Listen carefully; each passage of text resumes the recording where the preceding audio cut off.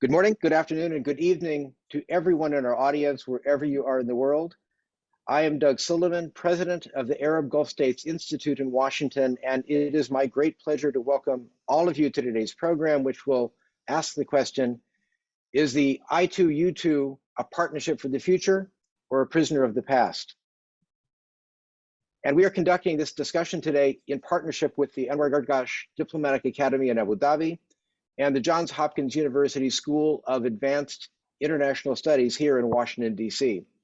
The I2U2 is a new clever shorthand that labels newly formalized cooperation, or at least newly formalized dialogue, among two I countries, India and Israel, and two U countries, the United Arab Emirates and the United States.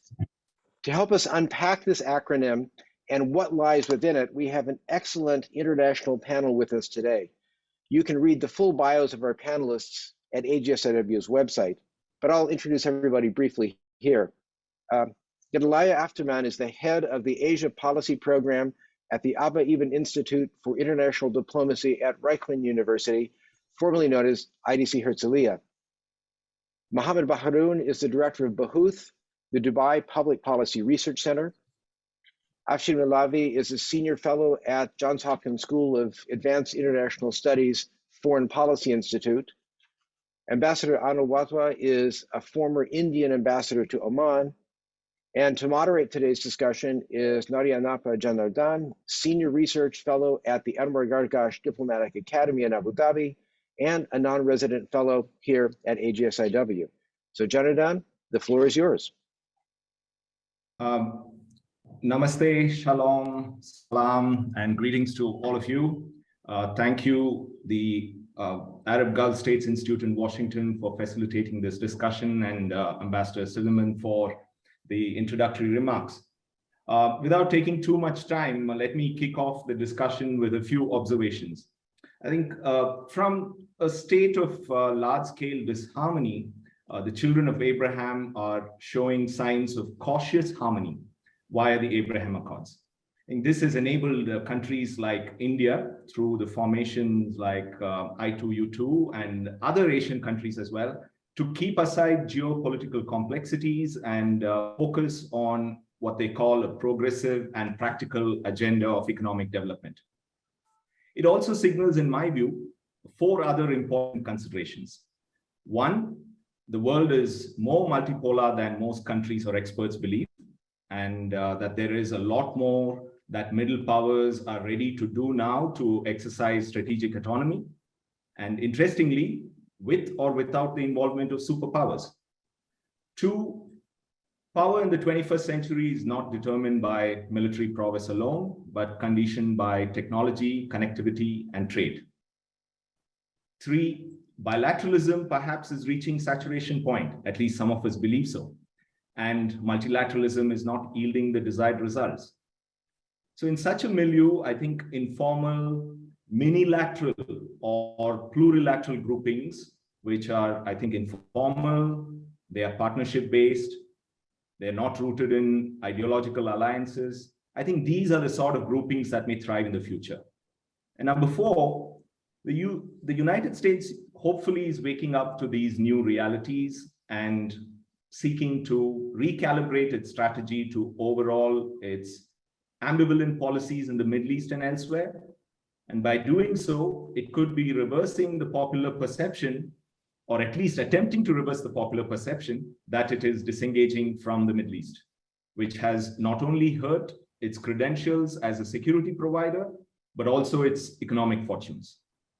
Anyway, we're not here to listen to my views, but those of our distinguished panelists. We'll go about this discussion in some sort of an alphabetical order of the I2U2 countries.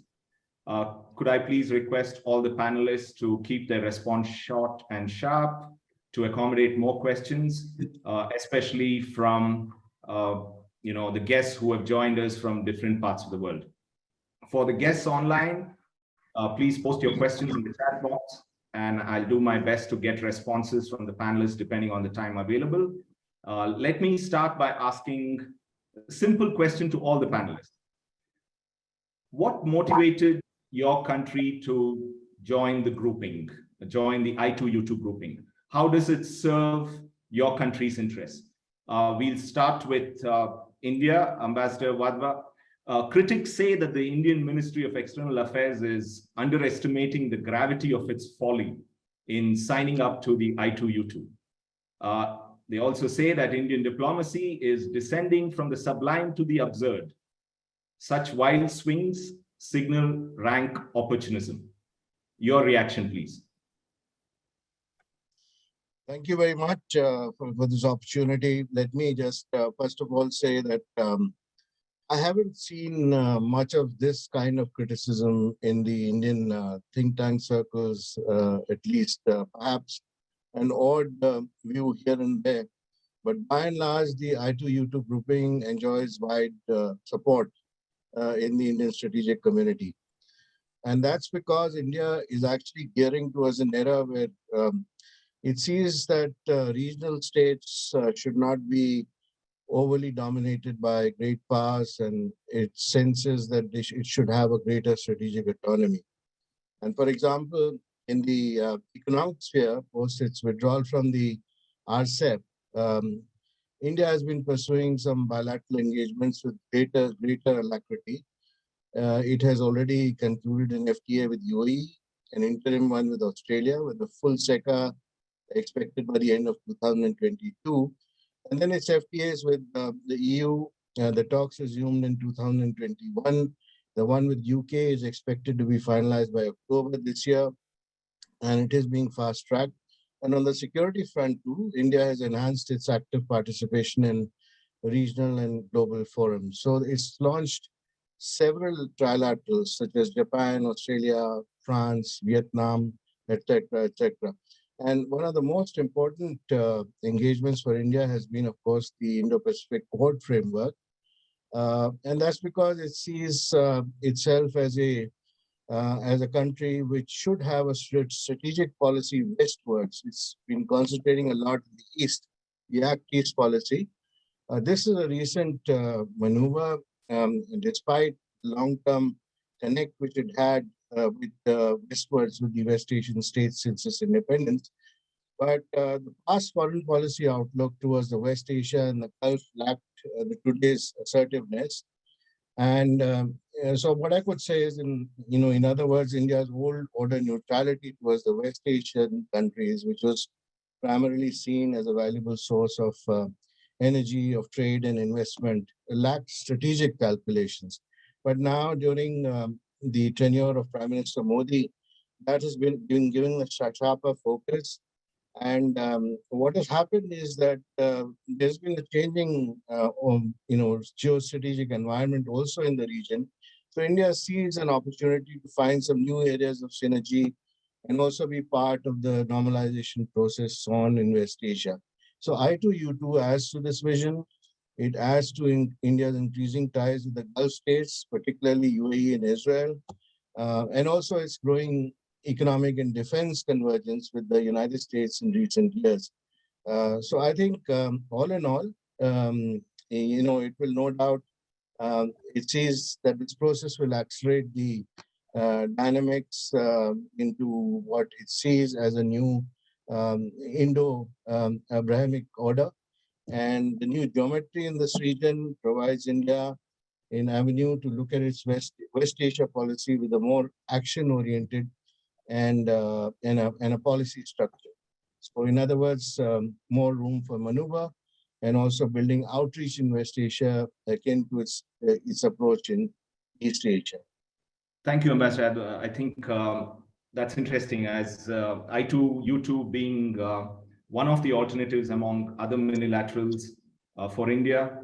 I think the other points to note is that neutrality in West Asia or Middle East for India will not be an option in the future. And all of these things are enhancing India's strategic autonomy, which I suspect will be a common factor among most I2U2 partners. A view from Israel now. Gedaliah, Washington says that I2U2 is a way of strengthening Israel's security, prosperity, and integration into the larger region, both now and over the longer term. So do you agree with this sort of assessment, or is there an independent Israeli view?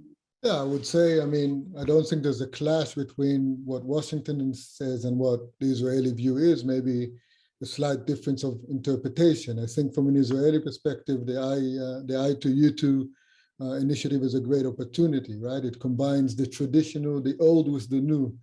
Putting it that way, we have any cooperation with the United States, of course, is something that Israel welcomes. We have, following the Abraham Accords, strengthening the cooperation with the UAE, which is becoming very strategic. And on top of that, we have this kind of group cooperation with India as well, which is becoming very important, a very important strategic partner for Israel. And by doing this through this new grouping, it also opens a new gate for Israel, not only to the Middle East, but to the wider region. So in that sense, I think it's true to say that this kind of grouping really opens the door to a new sphere, economic sphere, strategic sphere for Israel, but maybe in a slightly different way to what some people in Washington would think. Thank you, Gedaliah. I think, I2U2 certainly combines the old partners, US and India, with the new, which is, of course, the UAE. And certainly, I think it's important to note that the term strategic interests now have a completely different meaning. It doesn't necessarily have to be viewed from the prism of security dynamics, but even economic engagement can be viewed as being strategic. Absolutely. I should just add, from the Israeli perspective, Israel is really in the process of reinventing itself, right? Its position in the region and beyond. And in that sense, I think when I say strategic, that's what I mean. So this kind of cooperation, right, with the old and the new, with the Middle East and Asia together, really provides the basis for Israel repositioning itself in a new way. Yeah. Let's hear from Mohammed, a UAE perspective. Again, here, Mohammed, before you put forth your views, critics point out that UAE is in the I2U2, to paraphrase something that has been said, refill the fizz that has gone out of the Abraham Accords. Do you agree with that? What do you think are the UAE's motivations? Okay, first of all, hello to everyone. I think what you pointed out at the beginning of this being a new attitude to international relations is quite important. This is a cooperation-based instead of competition-based type of formation. It's also quite agile and purpose-led format. This is not something that you would join in because others have joined before you and there's a large mechanism. This is more agile and it's purposeful. And again, it's a coalition of the willing. People who are involved, none of them has been, forced to come in because of a certain norm. They have a will, they identify a number of benefits, and that's why they're leading in it. And again, all of the parties are strategic partners to each other. For instance, UAE is a partner with India, a strategic partnership with India, with Israel, also with the US. And I think this is the type of a new life that those strategic partnership that started as bilateral is turning to become a more combined approach to how we do business together. Of course, this has to do with the type of challenges we're facing. Those challenges are not bilateral anymore, and none of them, if you're talking about food security, energy security, health security, these are new issues that none of the two countries alone can address on their own. So that is why that type of minilateralism that you've talked about is becoming important. Now, is this something that is new to the UAE to sort of compensate for quote unquote a failure or less expectation coming out of the Abrahamic Accords? I don't think so. I think this is in the same way the Abrahamic Accord is part of a UAE global connectivity agenda. It sees the world as an interconnected world, and it continued to help in creating those mechanisms that would lead to fulfill that type of connectivity. And again, it's also an economy-led, not a political type of formation. And that again fits with the way it has approached Israel through the Abrahamic Accord. The approach was not political, it was more strategic in that direction. Thank you, Mohammed. I think the points to take away there are that this is a cooperation-based and not a competition-based sort of grouping. It's a cooperation of the willing. There's been no coercion that's involved there. All of them are strategic partners, bilaterally particularly, and they have evolved into bigger formations. And the problems today that we face in the world are no longer bilateral, but they require multilateral formations to solve those problems. And for those of you who haven't read Mohammed Baharoon's article on the 3 keys to understand UAE's new strategies, he calls it much more of a multi-networked world, more than a multipolar world. His focus is more on the economic dimensions, trade, finance, connectivity, and all of that. I urge all of you to read that piece. Finally, the US view. For once, the US is last to put forth its views. Afshin, is this a framework for the United States to increase its relevance in the Middle East? What really is Washington's agenda? Well, thank you, Janardhan. Well, thank you again for moderating and partnering on this program, on this important discussion, and thanks to Ambassador Suleiman and AGSIW. I think you put it well. I mean, in many ways, the U.S. was not only in the last to put forward their ideas in this panel, but also was trailing in many ways on this initiative. This was not, as Mohammed noted, an attempt by the U.S. to bring reluctant partners together and put them into the room for a photo op. This was an organically grown group. And if from the U.S. perspective, look, in politics, you're looking for easy wins and low-hanging fruit, and you name the cliche.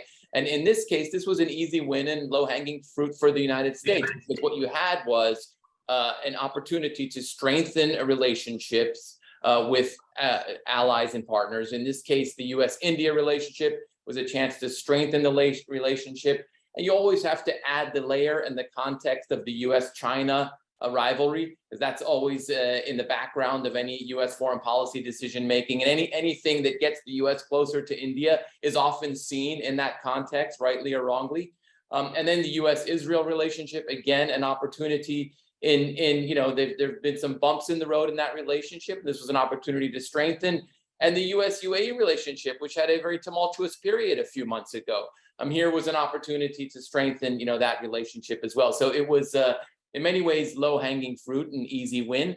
But I think what's important about this also is that it is an acknowledgement, as you noted, Janardhan, about this kind of new multilateralism, and it's an acknowledgement that the world works in a trans-regional way, right? We're sometimes confined by these ideas of there's the Middle East, North Africa, then there's South Asia, there's East Asia Pacific, and Latin America, Caribbean, as if the world doesn't, bleed into each other. Now, in some ways, an I2U2 grouping like this, which may seem very innovative for policymakers, is a normal Tuesday for a businessman or a trader or a multinational firm, right?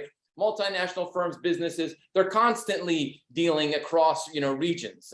And it's not exotic, to consider trans-regionalism as something that is new or innovative or dynamic. And so in many ways, as Mohammed noted, and the UAE lives that, with their connectivity to the world. And finally, I think the US can really benefit from more of this kind of thinking, from less of putting the Middle East, North Africa into this box. After all, it is a 2-hour flight from Dubai to Mumbai, a 4-hour flight from Dubai to Beirut, right? So, the UAE is very much West Asia. So I think you had this combination of an easy win, a chance to strengthen relationships, a way to look at the world a little differently than the U.S. has been looking at the world. And finally, the U.S. has been, I think, groping for a way to look at the Middle East and North Africa region. And this could be a useful way for them to look at it in a different way, beyond the traditional triumvirate of security, geopolitics, and oil, and look at it as more of a place of geo-economic and geo-commercial opportunity, the way these three, Israel, India, and the UAE are looking at it. Thank you, Afshin. I think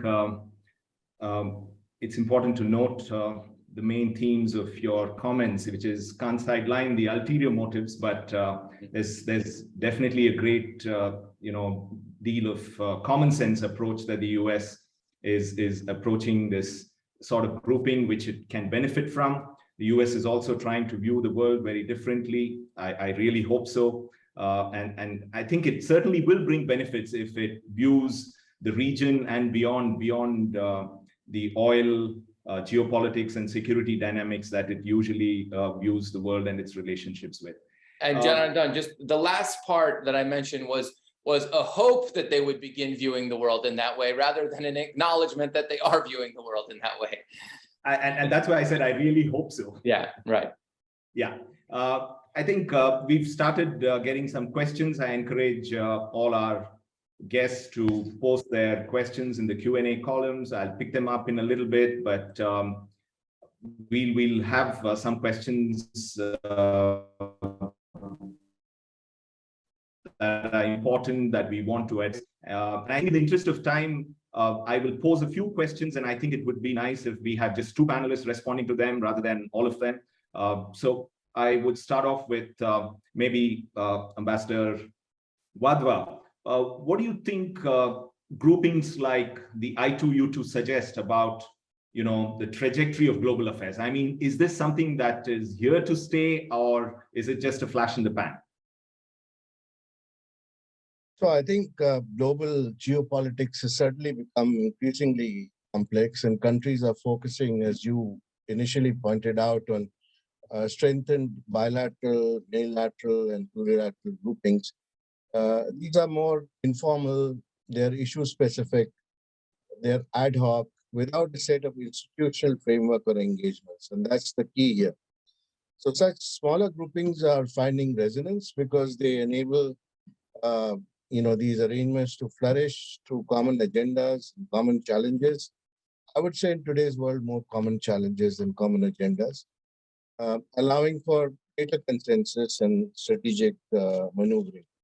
And that's why this grouping of I2U2 is a classic example of this happening. We see this happening to a large extent in the Pacific, for instance. Of course, the Quad is a grouping which is emerged, but because there is an aggressive China in this part of the world, many countries are hedging themselves, and therefore you also have some specific actions being taken, like the AUKUS arising as a strategic group for security purposes, purely security purposes.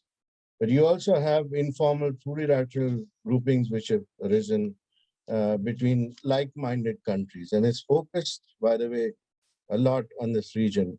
As far as India is concerned, it would like to see more such focus in the entire Indo-Pacific. That covers the area of not just the Pacific, but also the Indian Ocean, touching the shores of Africa, and also covering the major strategic sea routes, because from our perspective, sitting here in India, we see the aggression from China continuing and spreading as its navy expands, as the naval power expands. It's a natural progression, and therefore that needs to be catered to. I feel we will have similar groupings arising in a greater number going forward amongst like-minded countries, perhaps an expansion in the numbers of the current plurilateral members of these groupings. And but to me, I think there's an era of consolidation which is also required. Till the world settles down, which doesn't seem to be happening at the moment, given the crises that we are in, Ukraine and Taiwan being the most immediate ones, I feel that this process will continue in the future. Right. Gedaliah, do you want to add to that?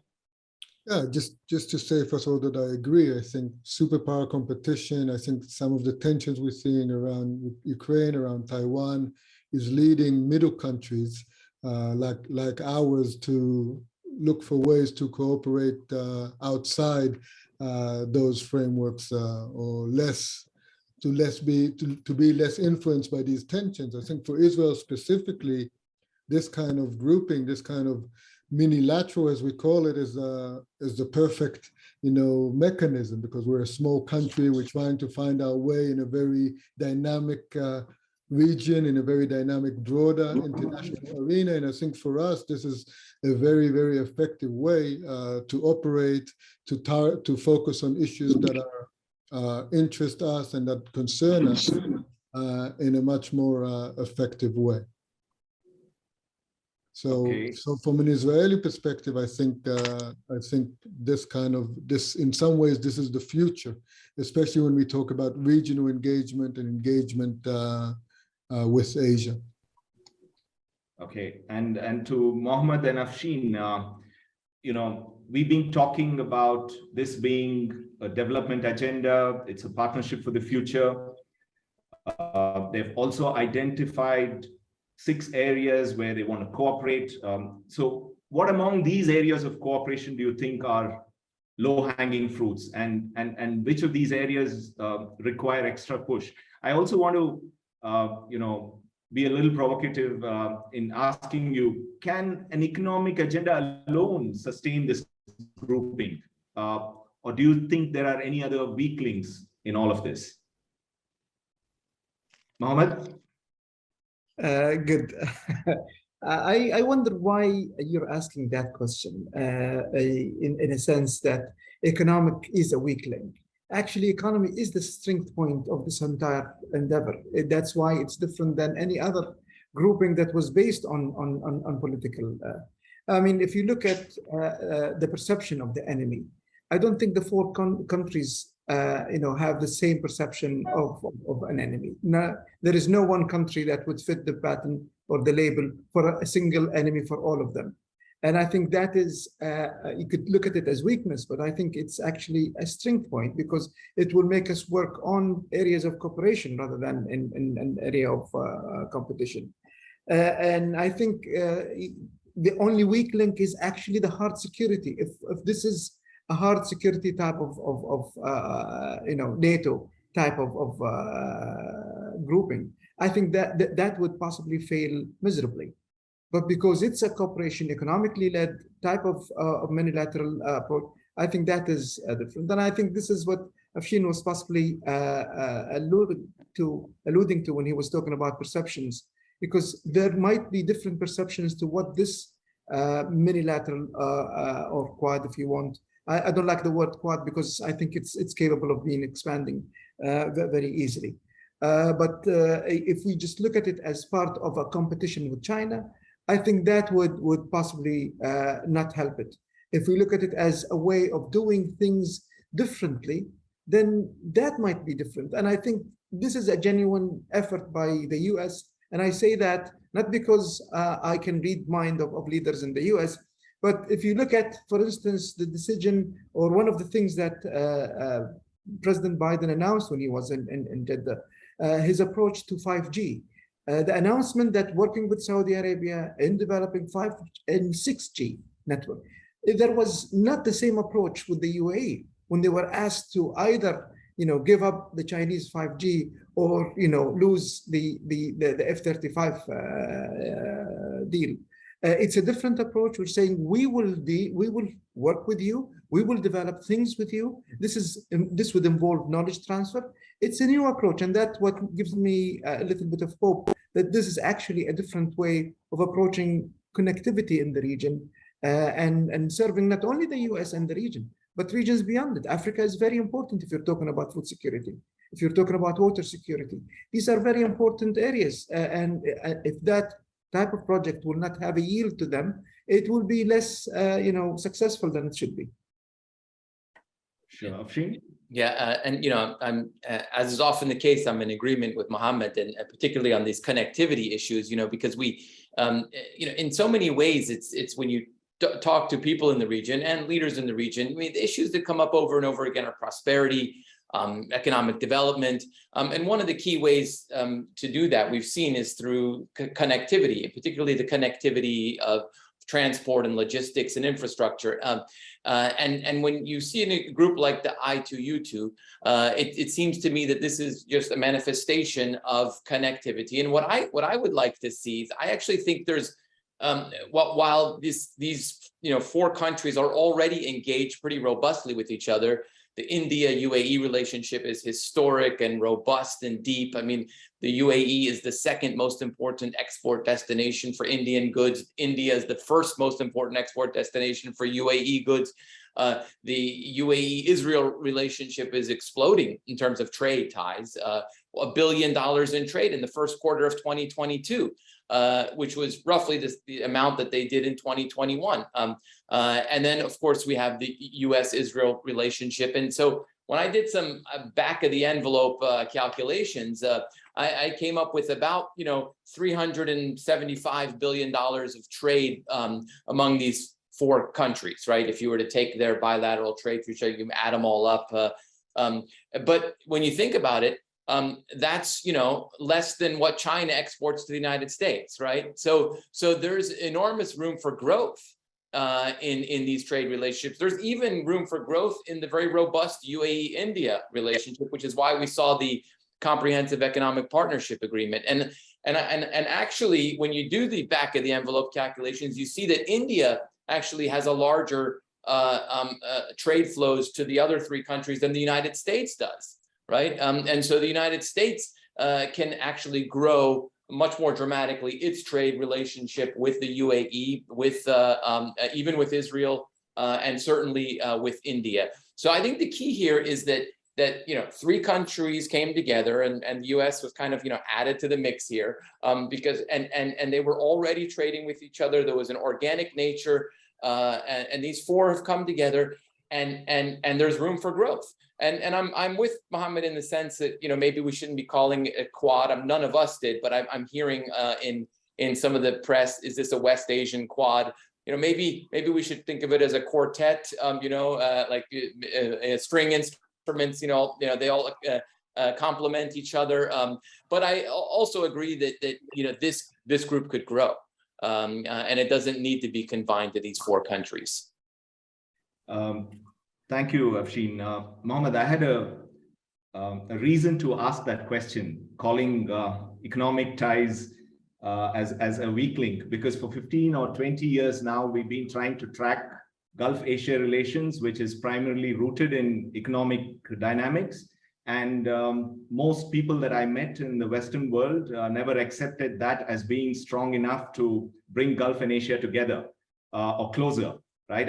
They always said that security dynamics are more important than economic dynamics. So I wanted to ask you to clarify that point, and I'm glad you did. And I know that birds of a feather flock together. Some of us have been working on these issues, and we certainly know the value of economic ties and the less decreasing value of the security ties as such. This takes me, and something that you said, Mohammed, takes me to my next question, and I think I'll ask this question more to Ambassador Wadhwa and to Afshin Molavi, because Afshin also mentioned that we shouldn't be calling this a quad, not even a West Asian quad. So how does this sort of grouping differ from the first quadrilateral grouping that came into being, the one that involves United States, India, Japan, and Australia? Afshin?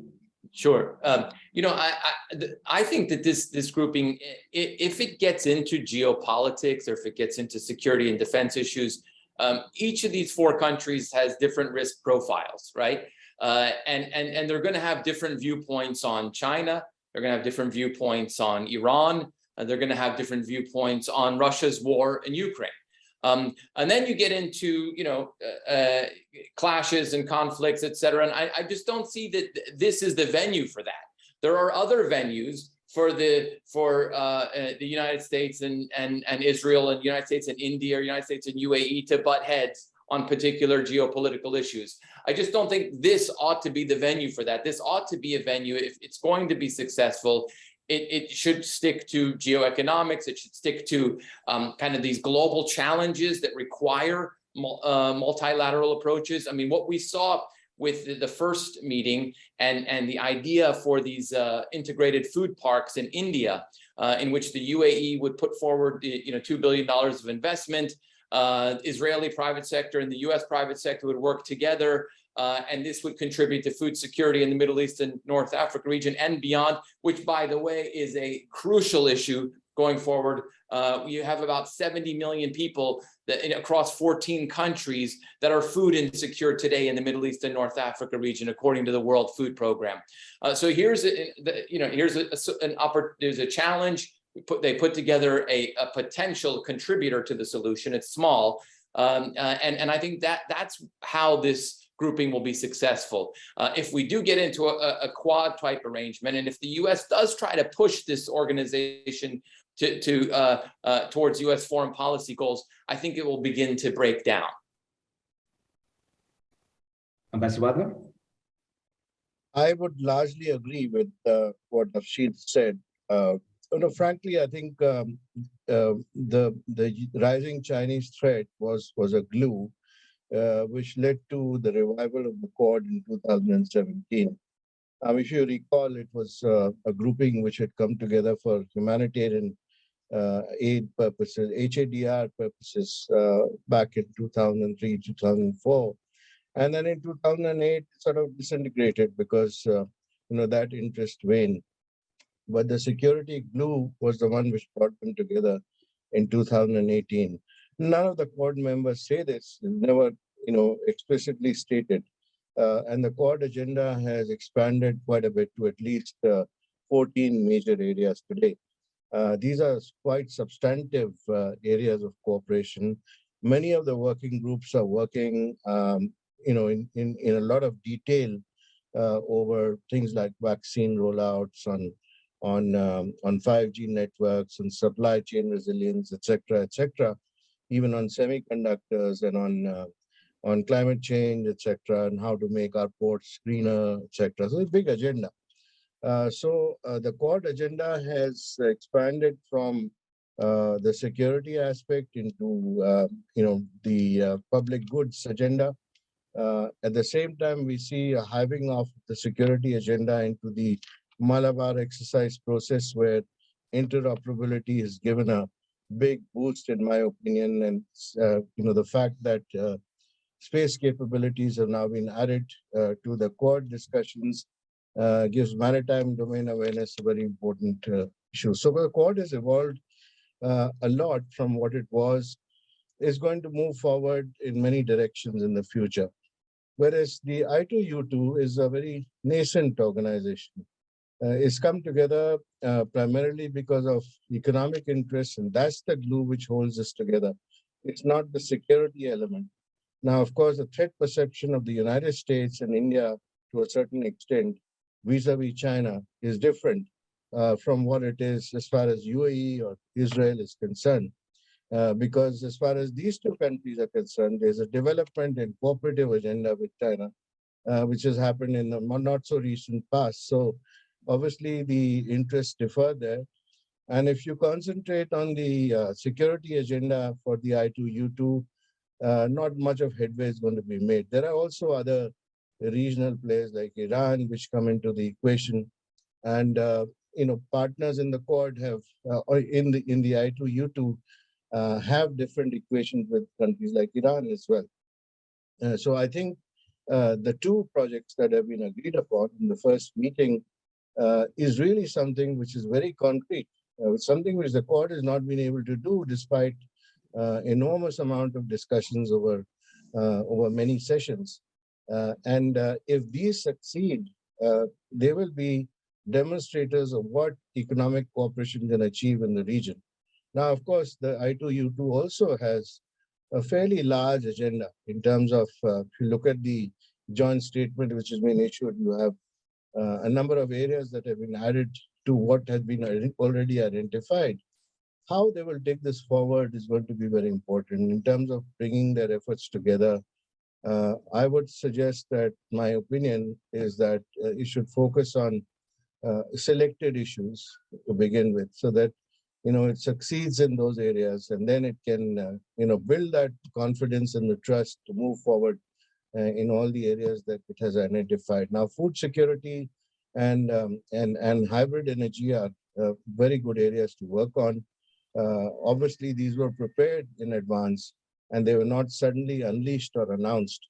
unlike what happens in different organizations. We've seen recently how the G7, for instance, announces a connectivity agenda, public-private partnership, without actually spelling out the concrete steps that need to be taken for that. That goes nowhere. So therefore, this was well prepared. It was announced after the preparation, and something similar should happen going forward. So this is a different kind of grouping. As it goes along, of course, it will develop a sharper, security focus as well, because then the strategic interests will converge, and obviously the four countries will start thinking alike because it affects their economic cooperation, and it's a process of evolution. Thank you, Ambassador Wadhwa. Mohammed, just to underline the fact that there are still many skeptics, and many of them among our audience, who still think that an economic agenda alone will not be a glue good enough to hold this I2U2 together.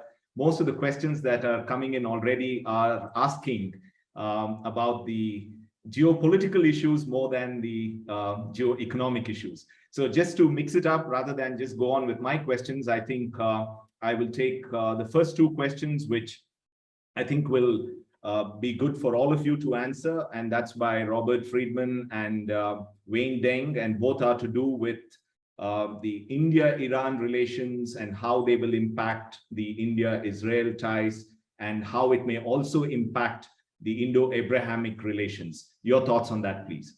We'll start off with maybe Gedaliah. Yeah, sure. So first of all, I would say that the India-Iran ties are not something new, right? In the relationship between Israel and India. So far, we've been able to manage the relationship with India quite well. We have a strategic relationship, including quite a bit of military sales to India. So in that sense, I don't think there's a real problem there. Of course, we're aware, as the ambassador said, we have maybe perhaps a different threat perception on that issue.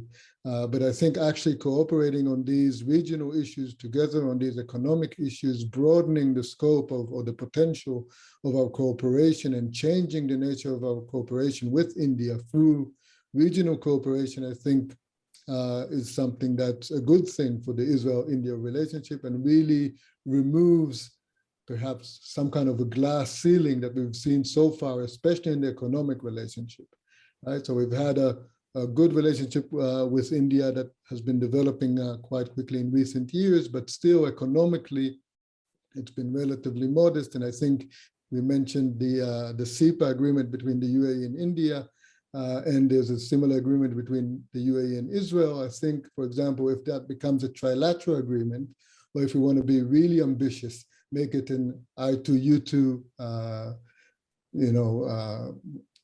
agreement including the US, free trade agreement including the US, that would have a dramatic impact on the nature of Israel-India relationship as well. So I don't see a greater challenge than what already exists in the relationship, and I think Israel and India are handling that quite well already. Mohammed, to you, the Iran factor, how does it play out in terms of India and the Abrahamic Accord fraternity? I don't think the Iran factor is a major factor here, at least for the UAE. This is not a coalition against Iran. And if you're talking about health security, the UAE have had Iran during COVID-19. If you're talking about, water security and droughts, this is something that affects us the same way it affects Iran. And a solution for that would be, a solution for us and Iranians the same way. Same thing with energy and so I don't think this is a major factor. I think the position of the UAE was quite clear that it will not be part of sort of a division or a polarization based on foes and enemies. This is not the type of identifier the UAE is using anymore. It's using a different identifier, which is based on economic opportunity, cooperation based on economic opportunity, and of course, global issues like global warming, like food shortage, like health security. These are the meaningful things. I mean, remember, we in the UAE have lost to COVID more than we have lost to any terrorist attack or a war. So this is the real threat. It's not the security threat. And I think that is the one thing that is constant in everything that the UAE leadership has been saying recently. Ambassador Wadhwa? So I think, as far as the relationship between Israel and UAE and Iran is concerned, and I would like to bring India into that equation as well. Now, bilaterally, between India and Iran, there have been opportunities for a dialogue on the I2U2. Iran has never expressed apprehensions, and that's very encouraging because they don't see, like Mohammed said, Iran also doesn't see this as a security grouping which is directed against Iran. And that's because it's been clear from the beginning that this is primarily a cooperation for economics and innovation, and going forward, finding solutions to the common problems which are there between our countries. I feel that the grouping and its projects will definitely add to the bilateral cooperation that is ongoing between India and the UAE on the one hand, India and Israel on the other. And of course, the involvement of the United States is a very big factor. We've seen this, the United States being the main driver behind the project, the hybrid project on energy, which has been agreed upon in India. And also, by the way, on the agriculture project that has been agreed upon, the technology cooperation, which has been identified, has been identified by United States companies and Israeli companies playing a big role in that. So really, it's a good example of cooperation between all countries. I see this as being a catalyst, in fact, into making sure that we sign, as far as India is concerned, faster. We move faster in terms of a free trade agreement with Israel, for instance, perhaps with the GCC, which is also going to then, help the bilateral relationship with the UAE, because the GCC feels that UAE should have moved along with the GCC and not, gone along bilaterally, because that's been the common policy so far. But in the long term, this is going to spur larger number of economic arrangements in the region. And that's why I feel it's going to be a catalyst going forward. That as far as India is concerned, we have a connectivity project with Iran, which is very crucial also for the region. The NSTC, which has been revived, and the connectivity with Central Asia is very crucial for India and for Iran as well. And if that goes through, then of course Iran becomes a major player in the region for transit as well. So if countries of the region are cooperating and if they have free trade agreements between themselves, all of them are going to benefit eventually. So I see this, not as any kind of an issue which the Iranians should be worried about. In fact, they should be looking at it quite positively going forward. Afshin, will the US resist the temptation of using Iran as a spanner in the wheel?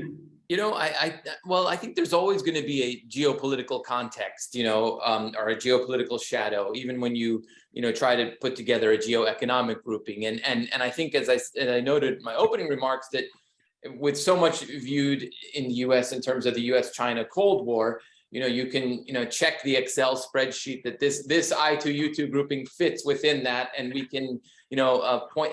But then you can also, that same Excel spreadsheet, you can add Iran to it as well, that this fits within that as well. And that could be the thinking, among some policymakers in Washington. But this is also an administration that is very actively seeking an Iran nuclear deal, right?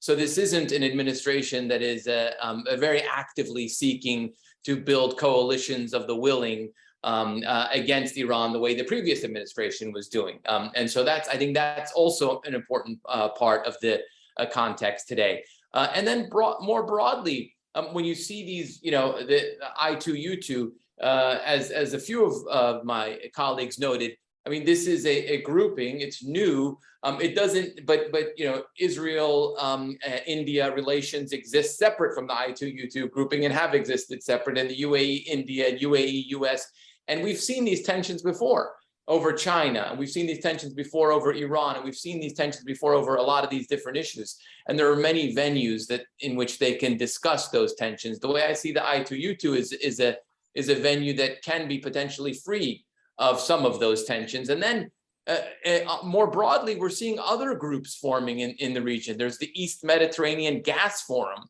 that has formed in the past couple of years that brings together countries like Israel and Egypt and Greece and France and Italy and several countries across the Mediterranean.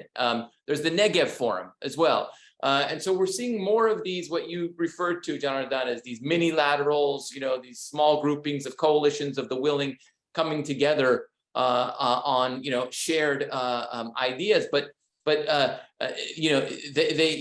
can be ambidextrous, and they can go into an I2U2 grouping and still engage on issues of differences, whether it's Iran or China or Russia's war in Ukraine. We'll come back to China a little later, but I think Ambassador Silliman wants to say something, and I can't risk not giving him the chance. Yes. Ambassador Silliman?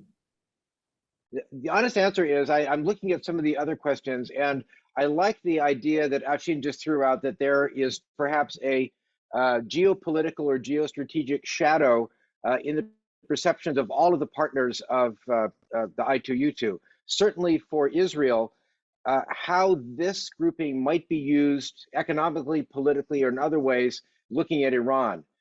For China and the United States, there are different perceptions of the strength of China in the region, but how can this grouping, even though it might be economic, contribute to, if you will, reining in what many see as Chinese adventurism in the region? So the question is here, how can you actually link the two? And I want to bring in one question that we've got from an audience member that essentially says, if the partners of the United States and the I2U2 have designs on using I2U2 for more geopolitical ends with regard to Iran or China, but they are unwilling or unable to do more to help the United States on right now our major foreign policy issue, which is the war in Ukraine. Is the United States going to sustain interest in this? In other words, whether people like it or not, the politics of Washington, the politics of American media will impose upon this grouping geopolitical constraints or geopolitical meaning. So again, I'd like people to look at, how do you take what you have been talking about as an almost pure economic and forward-looking project and mesh it with this geopolitical shadow that Afshin spoke about. And I will withdraw till the end of the conversation after that. One brief comment on that, Ambassador, is look at India's purchases of Russian crude oil, discounted Russian crude oil, right? So as a result of this geopolitical shadow, particularly the U.S.-China Cold War, Washington largely has refrained from to openly confronting India on this, right? And I think that, again, these issues are going to exist outside the I2U2, and Washington, maybe having some frank conversations with Delhi that I'm unaware of, but that's just one example. And I think that India is geostrategically in a very good position right now, and love to hear the ambassador's thoughts on this, and Janardhan as well, because in so many ways, India is being courted by so many actors because it is seen in this larger context of the U.S.-China Cold War. Yeah, Ambassador Wadhwa. Yeah. So I think these are questions that have come up before and been talked about quite a bit. But I'd like to just quickly recollect all those thoughts that have been expressed before. You see, as far as India is concerned, our main issue is that we have a live border with China, which is an unsettled border. It's a very long, unsettled border. Lately, all the agreements that have been painstakingly put together on the border, at least 6 of them have been violated by the Chinese. So that's a pattern that has happened, in South China Sea and the rest of the Asia Pacific as well. Now, that is something that India will have to cope with on its own. We don't expect anyone really to come and fight with India on the border. That's not a possibility. And the only thing one can hope for is that there would be some cooperation which will be extended in terms of intelligence sharing and situational awareness. India depends a lot, as you know, on its spare parts for its existing arms and ammunition on the Russians. And that is going to take some time to wean away from there. It's not an overnight process. It's like the dilemma that the Europeans are facing now with energy and gas and oil supplies. It's a similar situation. India is a major oil importer, and you said that before, and therefore the oil bills have been mounting as a result of the war in Ukraine. In order to keep them down and keep the economy running, you've got to make sure that you balance your purchases out from the cheapest source which is available. So the private companies go out to the market, do spot purchases. Now, of course, if they can get similar kind of prices from elsewhere, they would do the same. They could buy it from Qatar, for instance, or UAE, or from Iraq. They would do the same. I mean, that may be a preferable option, of course, but that's not the real world. And, the other thing is that as far as self-sufficiency is concerned, and India has been emphasizing this point, that if, countries want to sell arms to India, then they should also think about what is called an after-sales service, or perhaps enter into joint ventures for manufacturing spare parts, because that's the real long-term need as far as India is concerned. Our needs in the armament industry, we don't see it coming down because of this situation that we have on the border. Plus, in the future, which something which I said earlier, according to our perception, the threat from the ocean, from the Indian Ocean, is going to grow. So the naval forces will have to grow as well. They will also be dependent on some amount of supplies for the foreseeable future. So this is the dilemma that India has.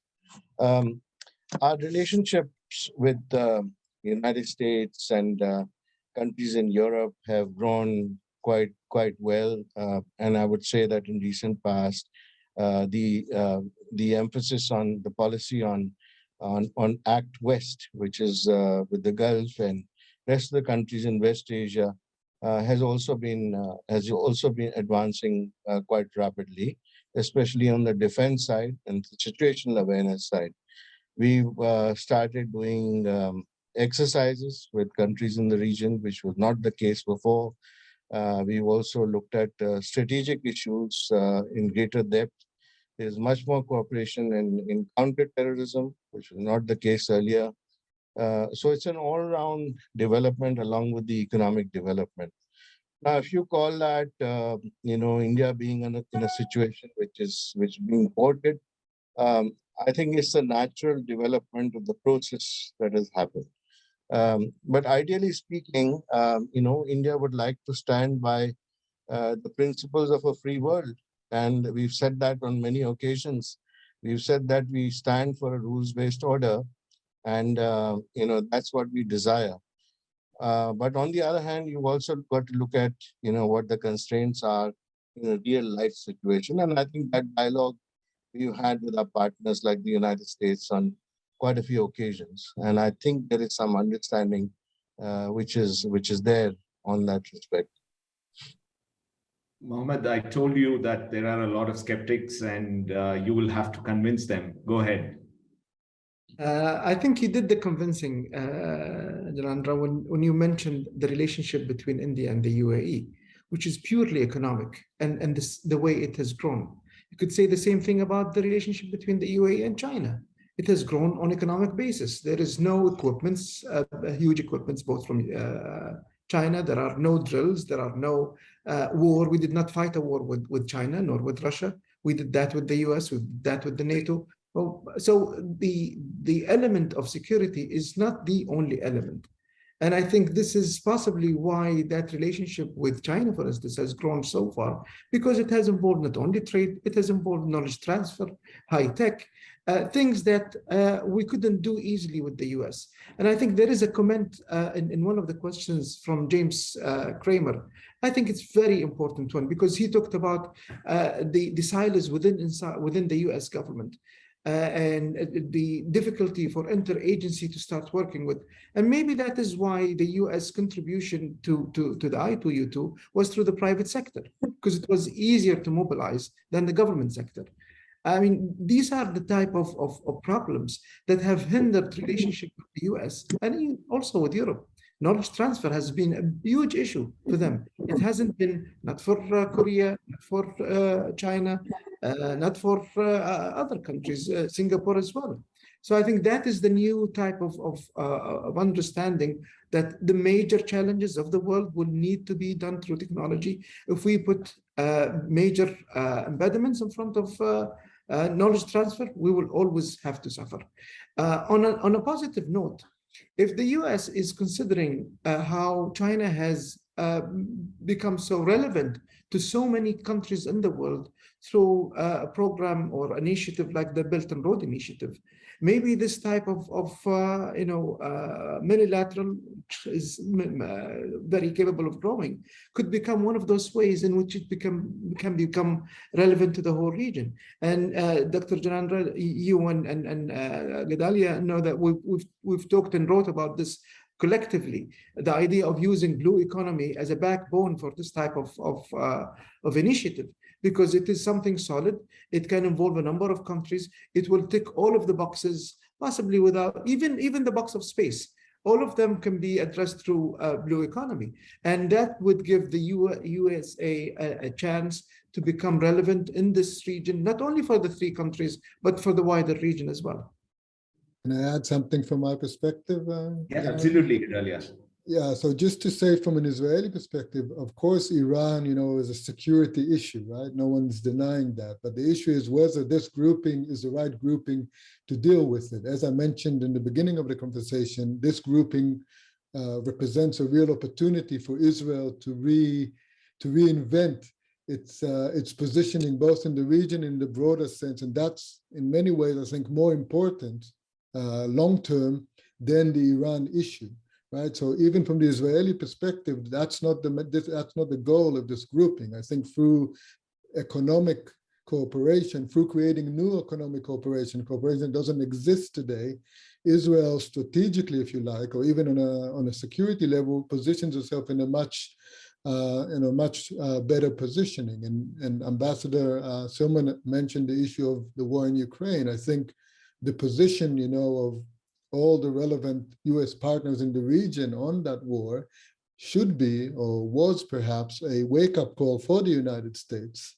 And Mohammed, following from what you said, I think the US playing an active role in these kind of grouping is an opportunity to play a positive role in the region and beyond. I think bringing together the Middle East and Asia is something that could move away from the security discourse, this old discourse. Yes, we need to deal with it, but the future could look quite different.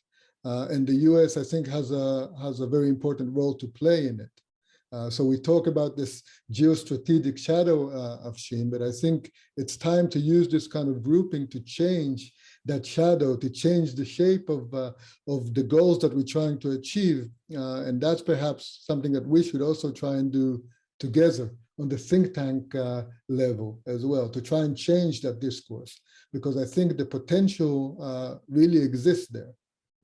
And if we insist on the security sphere, if we insist on this having to help or target Iran or target China, I think it's likely to fail, and then we achieve nothing.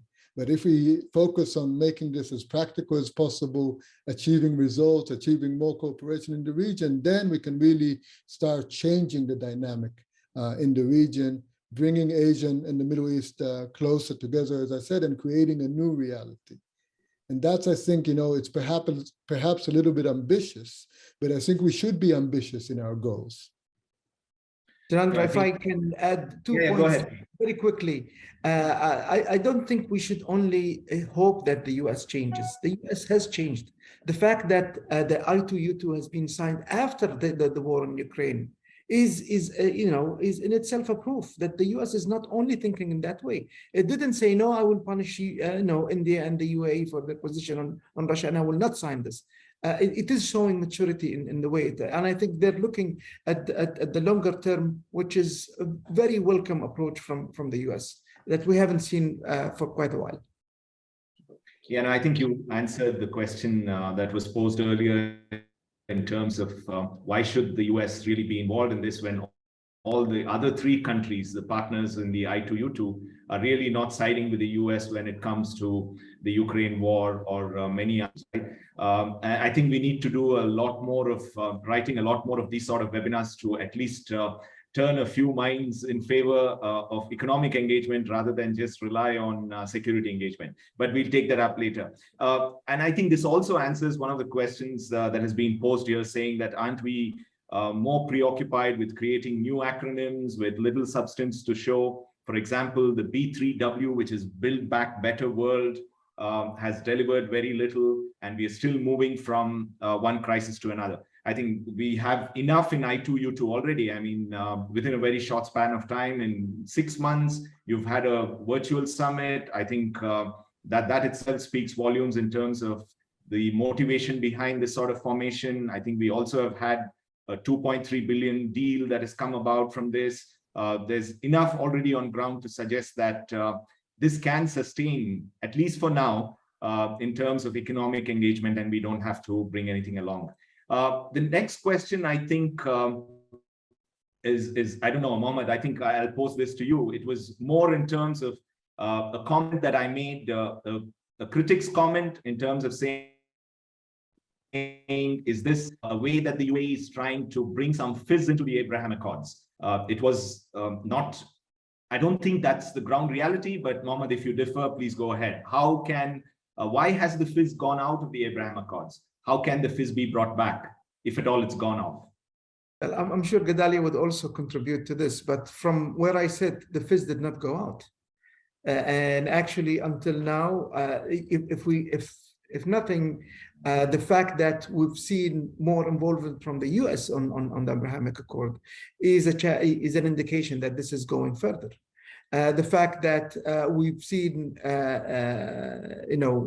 positive steps from Saudi Arabia on cooperating with Israel is also, again, end of the day, the Abrahamic Accord is just 2 years old. The I2U2 is 2 months old. We cannot judge them based on what they've achieved yet. There is a lot of work that needs to be done. And I think what we need to look at this point is what is really the perspective, where is it going to, where can it go, how far can it achieve, and what are the enablers that we need to provide. I don't think it's fair to judge it based on other, even though I would agree that there has been other quads that didn't achieve what was expected, other minilaterals that did not, and this particular minilateral formation could end up the same, not succeeding in what it wants to be. What we need to do is to make sure that it does succeed, and I think that requires more effort from us rather than just criticism. Yeah, absolutely. I agree with that, and I think the Abraham Accords needs to look at differently. I think the Abraham Accord is going through a transformation where, some initially argued that the Abraham Accord was a President Trump initiative aimed at, his domestic political goals in the US, where now it's very much led by the regional players driving their own agenda. So I think it needs to be looked at through that lens, first of all. And the fact that it's broadening, that we have partners from Asia, from other places interested in being engaged, I think says quite the opposite about whether or not the fizz has disappeared from the Abraham Accords. So that's one thing. On the other, and on the second point, I would say that it's very important for us to move the discussion, or to move from policy and from ideas to reality. And a very important way of doing that, to make sure that this unilateral is pragmatic, is to include the private sector. And I think that should be one of the focuses, to include the private sector as much as we can, and really to bring together policymakers, academia, and private sector, because that will be the way to connect these ideas with reality. And I think that should be one of the main focuses moving forward. Janardhan, if I may, just to piggyback on that point, I certainly agree with that. I mean, when you look at it from the all of us are in agreement a little too much. I think we should. Yeah, I know, right. That's right. But on the private sector point, I mean, I think, you know, when you again, I remember the days when President Obama was talking about pivoting to Asia, and the American private sector was saying, well, where have you been? We've long pivoted to Asia, right? So in many ways, the private sector is ahead of us in some of these things, right? You know, when you know, rather than speaking in terms of a geopolitical shadow, there's a geopolitical cover as well. So when the Abraham Accords came about, suddenly the private sector was unleashed, and we saw this UAE-Israel you know, connectivity and UAE-Israel trade. And it's important to note that I2U2 would not exist without the Abraham Accords. So there's certainly, you know, we have to keep that in mind as well. So I think it's important that, again, to go back to the point that the world is trans-regional, the world is global. Despite the fact what people are saying about globalization dying or declining or deteriorating, I remember Mark Twain, who read his own obituary in the newspaper, and he wrote to the newspaper editor and said, the news of my demise has been greatly exaggerated. Well, the news of globalization's demise has also been greatly exaggerated. I'm not in Washington today. I'm in Maine, on coastal Maine, and just outside, you know, the window from where I sit, there are lobstermen catching lobster and sending them to China, right? And for all the talk of the U.S.-China Cold War, there's still $150 billion of U.S. goods that head to China.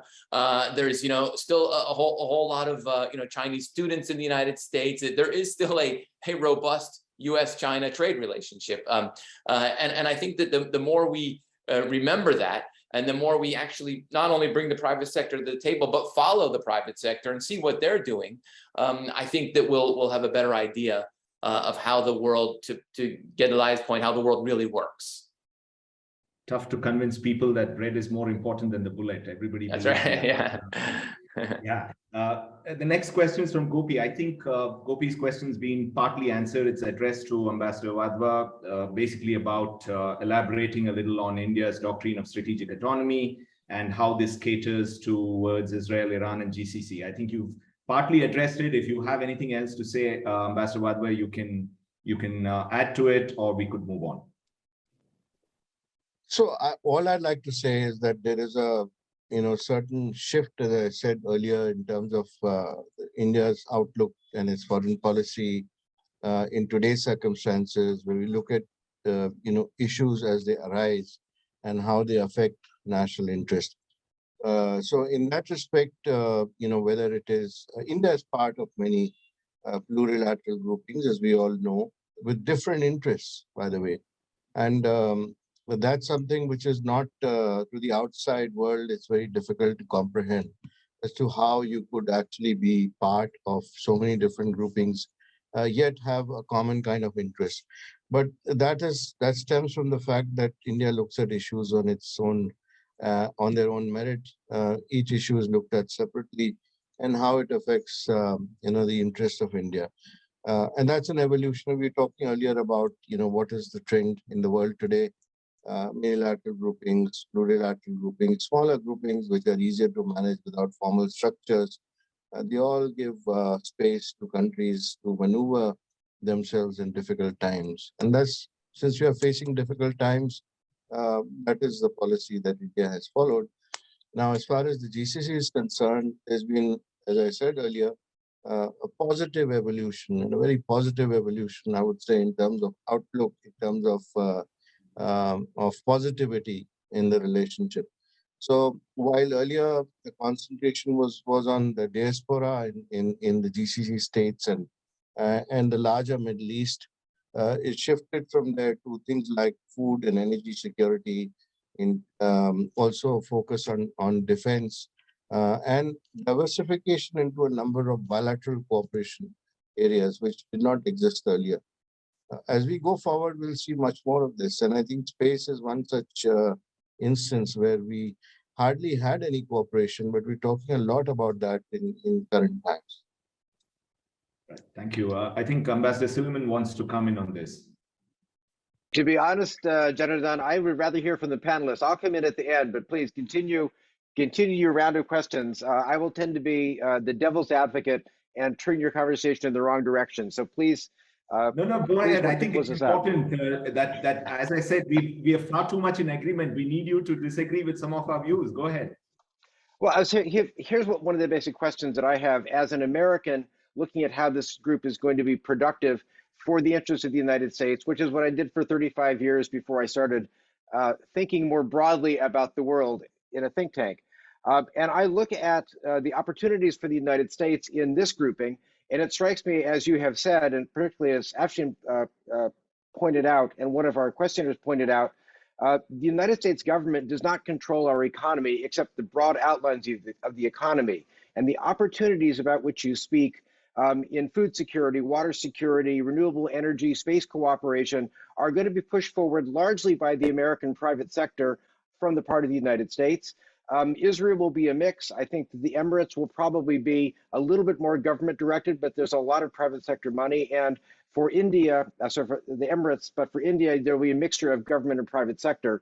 How are you going to mesh the more government heavy economies of the three partners of the United States with the need of the United States to implement most of these almost purely with the private sector? And how do you convince the American private sector to take this grouping seriously? Actually, how do you expand this geo-economic cover that you talked about? Mm-hmm. No, those are very good questions, Ambassador. You know, I think one of the direct examples of maybe how geopolitics has bled into commercial decisions is the Haifa port, right? Where there was a lot of talk about a Chinese group taking over part of the container terminal, but that has recently been contracted to an Indian company, along with Israeli. Gedaliah, is that correct? Do I have that right? Different section of the port. A different section of the port, is right. divided between Chinese and India now, which is a very interesting development. Yeah. So that's an interesting development. A different section of the port given to that, and but you're right, Ambassador. I mean, the U.S.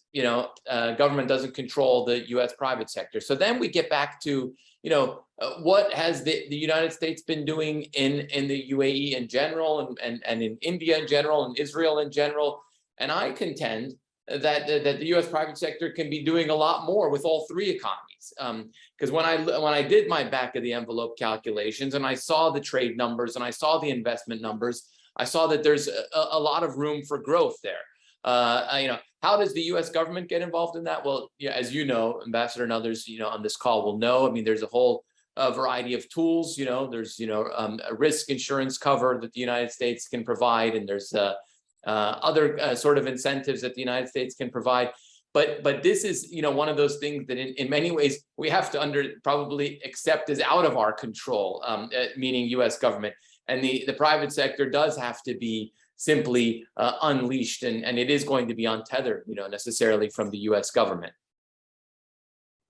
Actually, I appreciate Ambassador Silliman coming in, because I think I'm so much a part of the process of the economic engagement being more important than the security dynamics that I'm not challenging you people well enough, and his questions perhaps will bring more dynamism to this discussion than otherwise.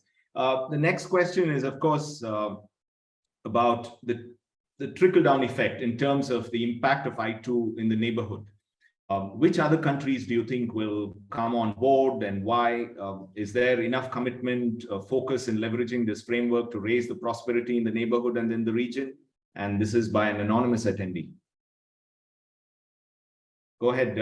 I think, Gedaliah, do you want to take that first?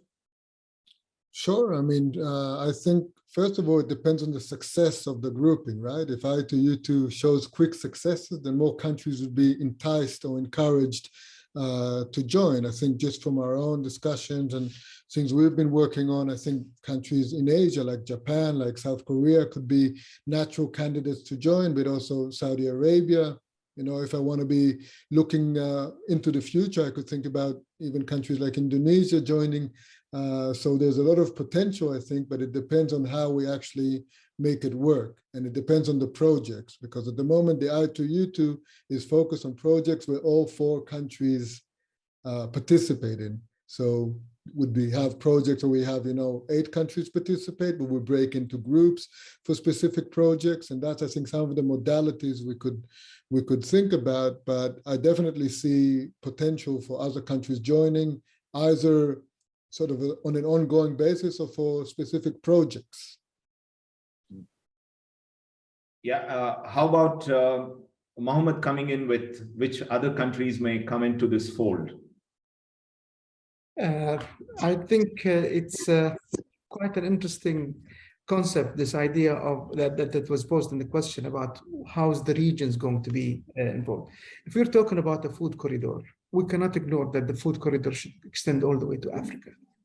So who in Africa could help with a minilateral like this? I would say we will need somebody like Egypt and Morocco. We will need somebody like Saudi Arabia and Sudan. These are countries that are important to this whole concept of the food corridor. And if at a certain point we've decided that this food corridor to be very important and practical, it will have to go through Iran. Then we'll have to think of ways of getting Iran involved as well. So that is the point. But I would also like to comment on Ambassador Solomon's question.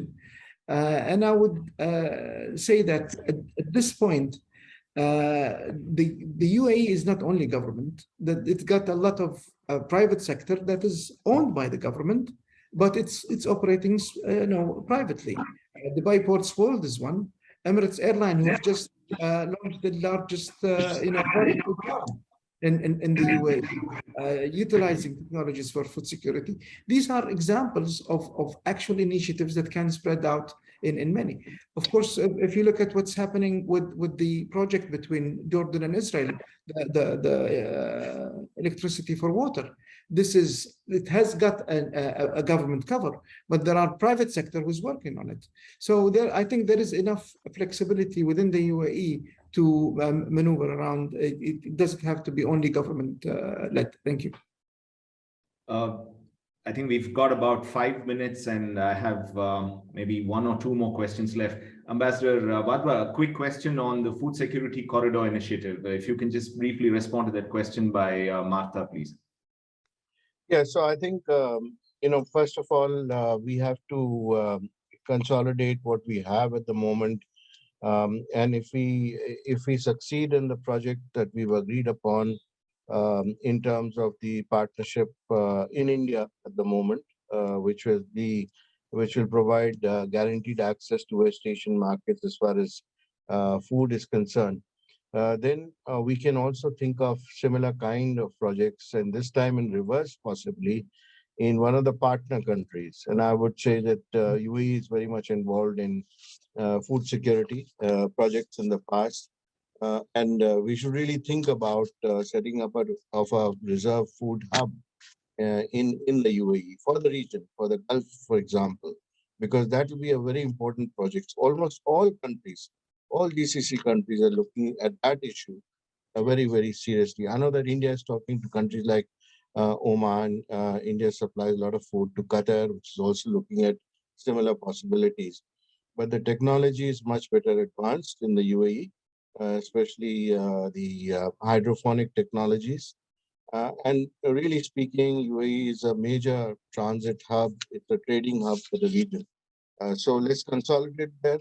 And after that, involve other countries. If you have to involve Africa, by all means, there would be other countries like Egypt, like Mohammed mentioned, which will become very important. If it's a transit issue, then Iran gets involved. I agree with that.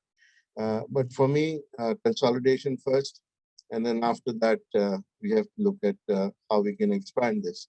I would also like to add here, the point about Master Silliman about United States. How does United States involve its private sector? The two projects we've seen in India, we've had US private sector involved. So it's a practical example of that happening already. Of course, the government is involved, but the major, thrust has been given by private sector companies who actually carried out research into feasibility studies over the past 1.5 years or so into these projects, and that's why they have come about. Mm-hmm.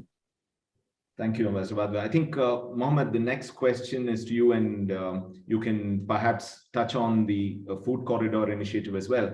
But it's about how can the I2U2 contribute to sustainability projects? I'm sure you have something in mind already, and please talk a little bit about it. Yeah, I think if you're talking about food security, part of the problem of food security is climate change. And we will need to address water for irrigation to provide for food. So again, this is about sustainability. If we're talking about energy security, we're talking about electricity, we're talking about renewables, we're talking about hydrogen. All of it's not only gas and oil. Even nuclear power is part of the mix of energy. So all of that is towards sustainability. That's why, I keep repeating that blue is the next green, because blue economy is actually going to help us address most of the issues that has to do with climate change. Gedaliah, you want to come in there in terms of the sustainability projects? Because I think many of the solutions that Israel has today is all about trying to promote tech in sustainability projects. Absolutely. I was saying that absolutely. We've been thinking about some ideas involving technology and know-how where this kind of grouping can develop technology. For example, we're talking about agri-tech, right? If you talk about chatbot for agriculture, bringing the know-how from India, combining that with Israeli agriculture know-how with AI capabilities also in the UAE, and using that not only among our countries but in the region. And Mohammed, you mentioned Egypt, for example. I think that's a classic example of how we can develop technological tools and use our strengths, our points of strength together to benefit the region. And that's another direction that we should think about.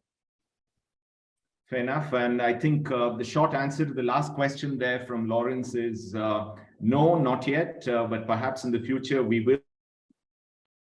will have some sort of an advisory group that will engage with the governments to promote the ideas. And that also sort of fits in with Ambassador Silliman's point made earlier.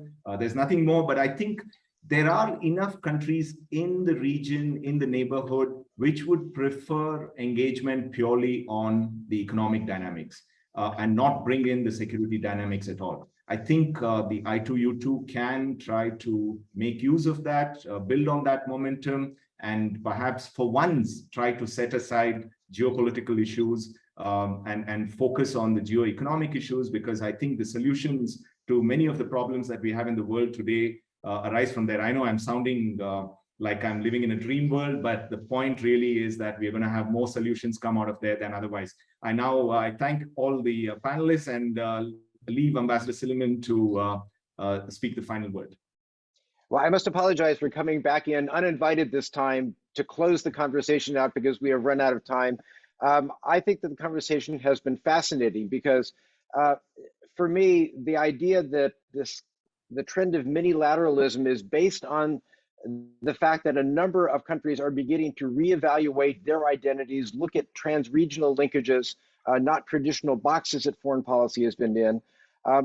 I'm very impressed by your optimism about geoeconomic issues being treated separately from geopolitical issues in the future. I suspect that would probably be not a universal concept, but the success of something like I2U2 and the success of individual projects will make that more likely more broadly. I like the idea that including the private sector is something that is now actively engaged with the I2U2, and I think that will need to be done in the future if you are to engage the large economic engines of the United States or the European Union in these larger ideas of sustainable economics and transition to renewable energy. And again, I want to thank all of you for a fascinating discussion. Gedaliah, Afterman, Ambassador Wadhwa, Mohammed, Baharoon, Afshin, Molavi, and Janardhan, thank you for an excellent moderation. Thank you to the audience for coming with us today, and I hope to see you again either in person in Washington or on Zoom for a virtual program with the Gulf States Institute. Bye-bye.